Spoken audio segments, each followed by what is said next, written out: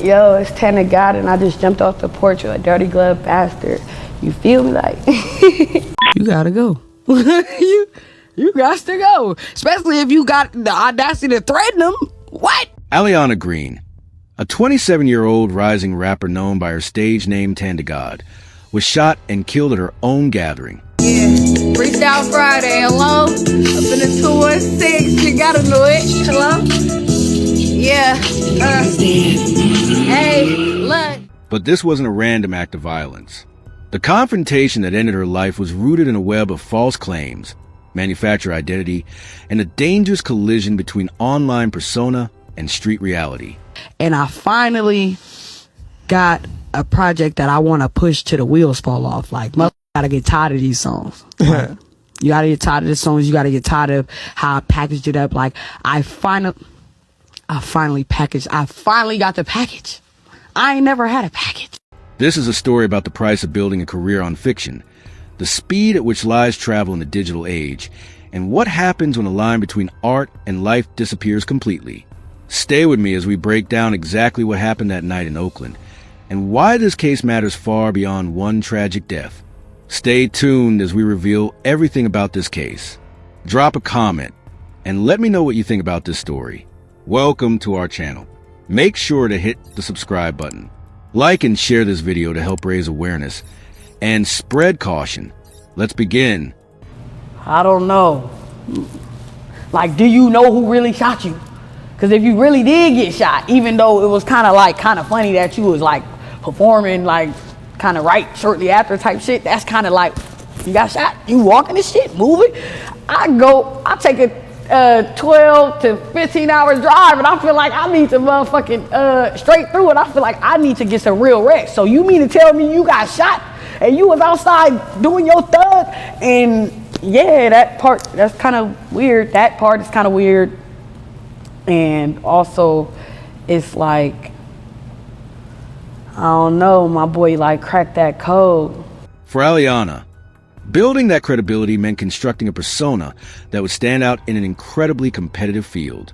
She chose the name DaGod and began crafting an image rooted in violence and street credibility. Her lyrics reflected a life of confrontation, danger, and retribution. She rapped about being willing to handle her own problems, about not backing down from anyone, and about living a life where respect was earned through force. This wasn't unusual in the genre. Many artists adopt aggressive personas as part of their artistic expression, but Aliana took it further than most. She didn't just rap about violence in abstract terms. She made a specific, verifiable claim that she had killed an abusive ex-boyfriend. This wasn't presented as metaphor or artistic license. It was stated as fact, woven into her music and her public interviews. It became a cornerstone of her identity as DaGod. The claim was powerful. It positioned her as someone who had crossed a line most people never would. Someone who had taken justice into her own hands when the system failed her. It made her dangerous, uncompromising, and real. In an industry where perceived authenticity can make or break a career, this story gave her an edge. There was just one problem. It wasn't true. Aliana Green had never killed anyone. The ex-boyfriend she claimed to have murdered was alive and well. The entire story was fabricated, a narrative constructed to build her brand and differentiate her from countless other aspiring rappers trying to break through. She had created a character, and then she had committed to living as that character in the public eye. By mid-2024, DaGod had built a modest but growing following. She performed at local venues, released music online, and maintained an active presence on social media. She was gaining traction, and her brand was working. People believed the persona she had created. They believed she was exactly who she said she was. On July 13th, she organized a promotional event in Oakland to celebrate her music and connect with fans. It was supposed to be a milestone in her career, a chance to solidify her presence in the Bay Area rap scene. Instead, it became the night everything fell apart. The event took place outdoors in Oakland, with music, attendees, and the kind of energy that comes with a rising artist trying to make her mark.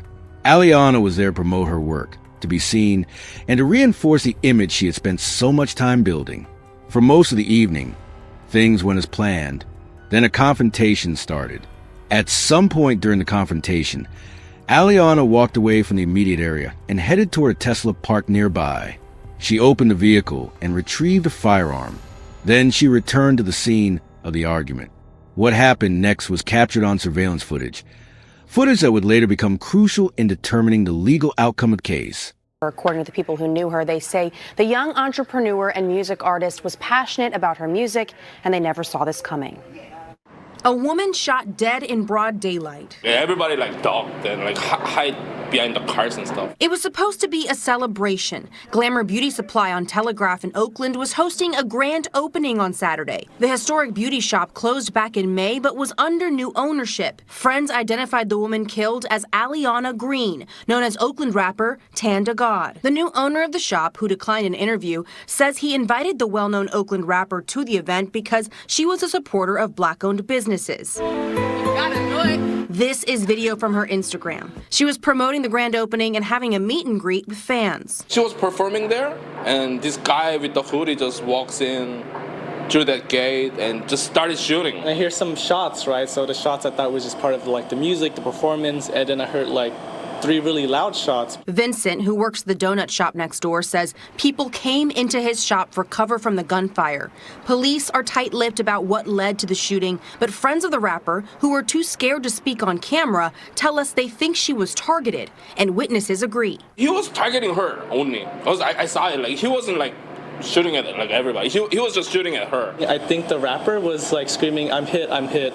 And she was just laying on the ground until the medics came. Police say a second person was also shot but survived. A friend of the rapper, Ernest Holloway, who's seen here in this video with her, says she will be missed in the local music community. She was very passionate, just very driven to be successful at what she did. Rapper Mr. Fab declined an interview but says she was like a little sister to him. He posted on Instagram he will always remember her as a hustling go-getter with a world of ambition, drive, and courage, and a heart big as Texas.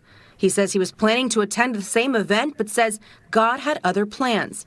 Meanwhile, the business owners in the strip mall are hoping gun violence does not hit so close to home again. I'm concerned about the safety of our customers. So if they don't feel safe, they won't come into the shop anymore, and that's kind of bad for business as well. And this is multiple shots were exchanged in rapid succession. When the gunfire stopped, Aliana Green was on the ground, fatally wounded. She was pronounced dead shortly after. Thousands of people began sharing posts claiming that Aliana had been murdered in retaliation for the killing she had supposedly committed. Remember, her entire persona was built on the claim that she had killed an abusive ex-boyfriend. So when she was shot and killed, it seemed to make sense. People assumed she had been targeted for revenge. It fit the story she had been telling.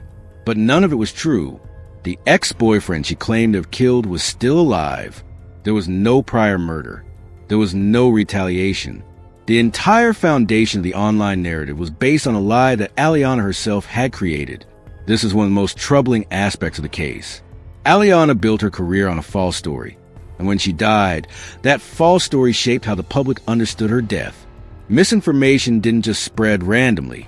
It spread because she had planted the seeds herself. The persona she created became the lens through which people interpreted her murder. You gotta go. you got to go. Especially if you got the audacity Even as to law threaten enforcement them. began What? releasing information about what actually happened that night, the false narrative persisted. People didn't want to believe that Aliana had fired first. They didn't want to believe that the situation was more complicated than a simple revenge killing. The story they had accepted, the story of a woman killed for defending herself, was too emotionally satisfying to let go. 2 men were arrested and charged with murder in connection with Aliana's death: Dominic Gates and Richard James Romano. Initially, prosecutors moved forward with the case, believing they could prove that these men had unlawfully killed her. But as the investigation continued and more evidence came to light, the case began to fall apart. The surveillance footage was the turning point. It clearly showed that Aliana had fired the first shots. She had retrieved a gun from a nearby vehicle and opened fire before anyone else did. This created a massive legal problem for the prosecution. Under California law, people have the right to defend themselves when faced with imminent threat of death or serious bodily harm. If someone fires a gun at you, you generally have the legal right to fire back. The question in this case became, were Gates and Romano defending themselves when they shot Aliana, or were they the aggressors?